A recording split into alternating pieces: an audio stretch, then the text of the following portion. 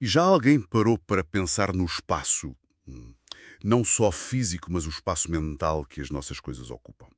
Aquela tralha toda que se junta, a chatice que é vender um carro usado, por exemplo. Parece que andamos sempre a carregar pesos, não é? Encontrei um texto, já de 2015, mas super interessante, de um Edson Zogby, que fala numa coisa chamada economia de fluxo. Sim, é um conceito fascinante. A ideia base, e isto é que me pareceu mesmo provocador, é que se calhar estamos a ir para um mundo onde ter coisas, possuir bens físicos, é mais um fardo do que outra coisa. Exatamente. E o que ganha valor é a liberdade, a mobilidade, ter acesso às coisas sem o peso de ser dono delas. É um bocado contraintuitivo, não acha? Bem, vamos lá tentar perceber isto melhor. É uma inversão de perspectiva muito interessante que o Zogby explora. Essa análise dele, que pronto, já tem quase uma década, foca-se mesmo nessa mudança de valor. O valor sai da posse, do ter a coisa, e vai mais para a experiência, para a conveniência e talvez, acima de tudo, para a flexibilidade. Ele até usa um conceito mais clássico da economia para marcar a diferença: os bens rivais. Bens rivais? Como assim bens rivais? Bem, simplificando muito, são aqueles bens cujo uso por uma pessoa impede que outra pessoa use ao mesmo tempo. O exemplo que ele dá é muito claro: papel versus árvores. Para ter mais papel, temos de ter menos árvores. Ok, faz sentido. E a de serviços, ou esta economia de fluxo, como ele chama, baseia-se mais no acesso. Acesso a bens ou serviços que não funcionam bem da mesma forma. Pense, sei lá, no streaming de música comparado com comprar CDs físicos. Claro. A ideia é que esta economia de fluxo se afasta um bocado dessa lógica dos bens fivais, dos bens físicos que se esgotam ou que só um usa de cada vez. E aproxima-se mais da lógica do serviço, do acesso partilhado, da informação que flui. Percebo. Então, nessa tal economia de fluxo, acumular coisas é como carregar um lastro. É essa a palavra que ele usa, certo? Um peso morto que nos impede de nos mexermos livremente, de sermos ágeis num mundo que está sempre a mudar. Precisamente. E o fluxo seria essa leveza, essa capacidade de adaptação rápida. Exatamente. E o que eu acho fascinante aqui é como esta perspectiva não significa necessariamente não ter acesso a coisas, mas sim não estar preso a elas. É a diferença crucial. Trata-se de poder usar quando precisamos, sem as complicações todas da propriedade, a manutenção, o seguro, o espaço para guardar e até a dificuldade de nos livrarmos das coisas quando já não servem ou quando simplesmente queremos mudar. Sim, essa parte de se livrar das coisas. Lembra-se da frustração que mencionou no início? Vender o carro usado, a tralha numa mudança? A economia de fluxo surge quase como um antídoto para esse peso que é tanto logístico como até, vá lá, existencial. Faz todo o sentido. E como é que isto se vê na prática, no dia a dia? O texto dá exemplos concretos, não dá? Sim, sim, e são exemplos que já em 2015 mostravam bem a tendência. O Zogby fala do aumento que se via no aluguer de carros, de pessoas a trocarem o carro próprio por bicicletas ou transportes, e depois complementam com serviços de partilha, tipo Uber ou car sharing. Menciona também uma coisa que se calhar aqui ainda não é tão comum, mas que ele dizia já ser noutros países: o aluguer de eletrodomésticos. Em vez de comprar a máquina de lavar, aluga-se. Alugar eletrodomésticos. Curioso. É claro, há a opção que me parece cada vez mais visível, especialmente para quem se move muito por trabalho ou estudo. Viver em apartamentos já totalmente mobilados e equipados. Esse ponto dos apartamentos mobilados, sim, chamou-me a atenção. Ele até partilhou uma experiência pessoal sobre isso, não é? Diz que viveu assim durante 8 anos. Exato. Ele conta que passou quase uma década a viver assim, apartamentos alugados, onde estava tudo, mesmo tudo incluído. Desde os móveis e os eletrodomésticos até, imagina, às toalhas de banho e aos copos da cozinha. Uau! Pode parecer um bocado extremo para alguns de nós, mas ele descreve a vantagem principal de uma forma muito gráfica.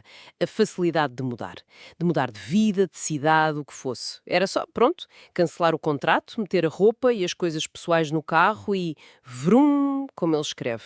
Uma viagem e estava feito. Pronto para o próximo capítulo. 8 anos. Confesso que, pensando bem, tem um apelo quase radical hoje em dia. Tanta gente a sentir-se presa a créditos à habitação, a móveis pesados, a projetos de decoração que nunca mais acabam.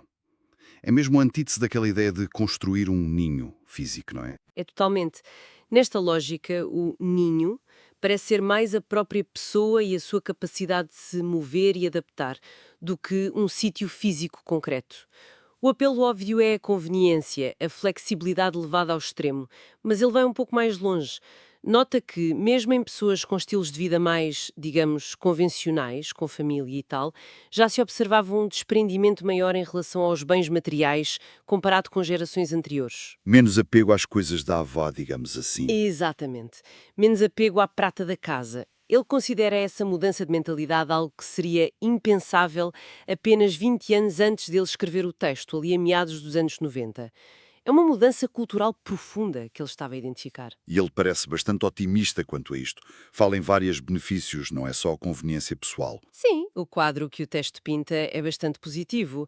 Ele afirma que esta economia de fluxo é, por natureza, mais ecológica, mais divertida, mais livre, muito mais moderna.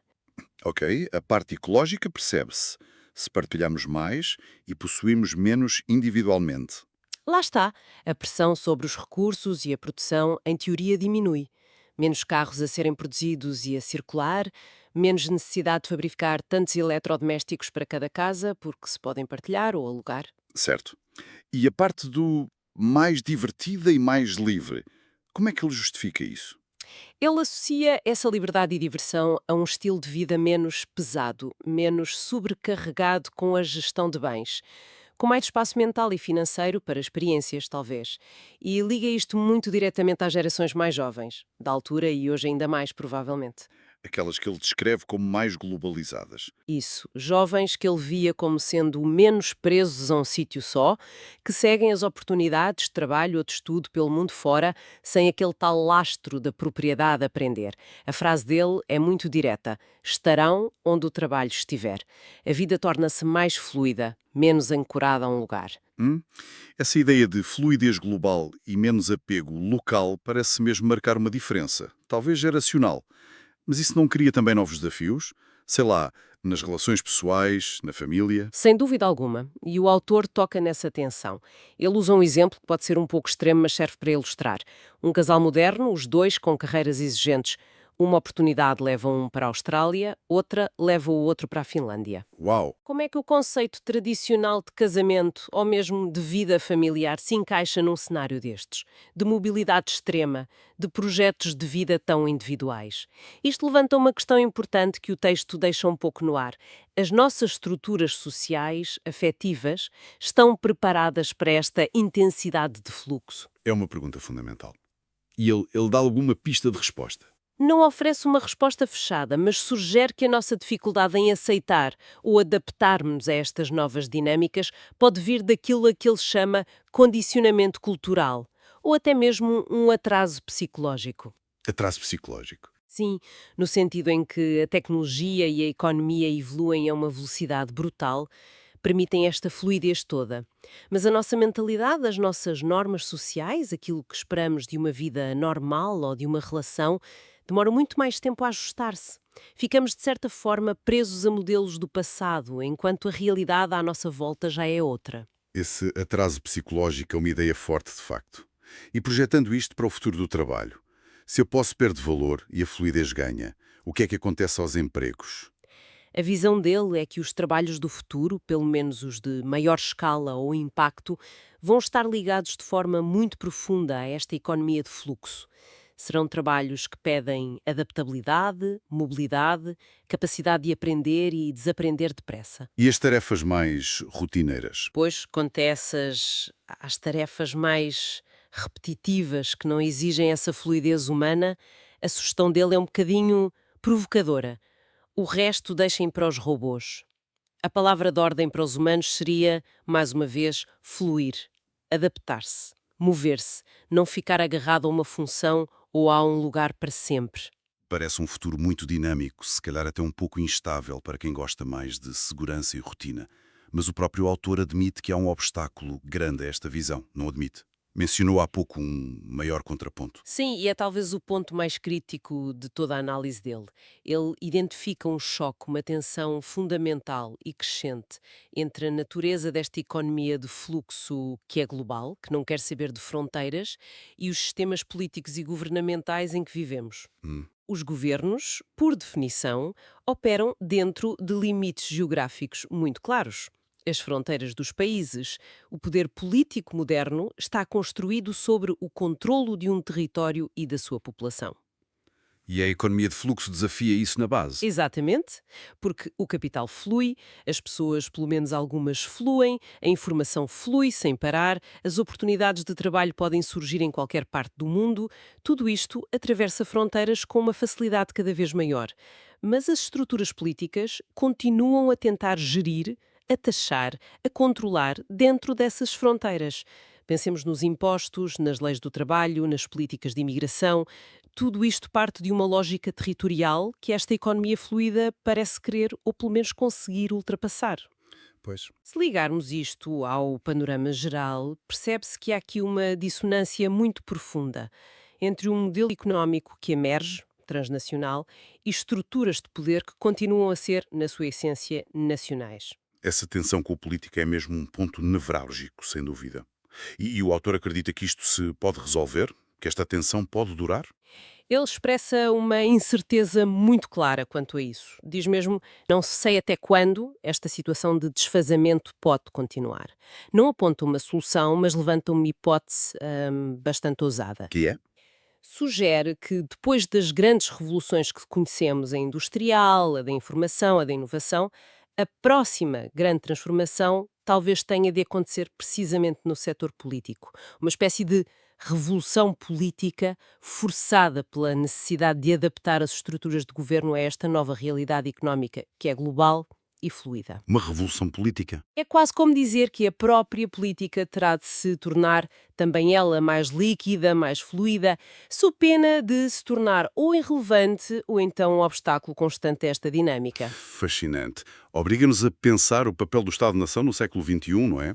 Então, resumindo isto tudo, o que é que significa esta análise? Qual é a ideia central? Essencialmente, o texto do Zogby, já de 2015, apontava para a emergência ou talvez a consolidação de um paradigma onde o acesso, a flexibilidade e a mobilidade se tornam mais valiosos do que a posse fixa e a acumulação de bens.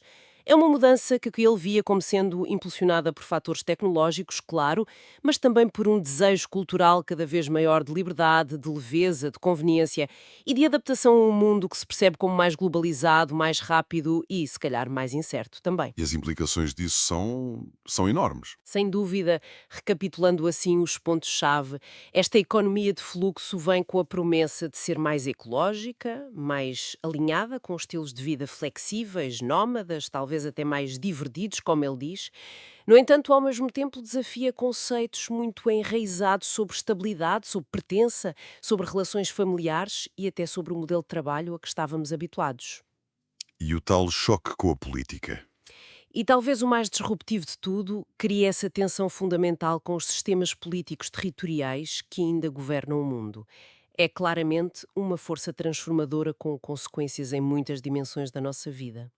E deixa-nos a pensar, se esta valorização da mobilidade, da adaptabilidade, do acesso, em detrimento da posse fixa e da estabilidade geográfica, se isto é uma tendência real e crescente, como o autor sugere. Fica aqui uma questão para refletirmos, que vai um bocadinho além do que o Zogby discute explicitamente no texto. Que tipo de competências, ou de mentalidades, ou até de qualidades humanas é que se tornam mesmo cruciais para termos sucesso? Não só para sobreviver, mas para prosperar neste cenário de fluxo constante, onde a mudança parece ser a única coisa permanente. Que músculos internos, por assim dizer, precisamos de desenvolver para navegar neste mundo que parece cada vez mais líquido e menos sólido? É algo para, ficarmos a pensar.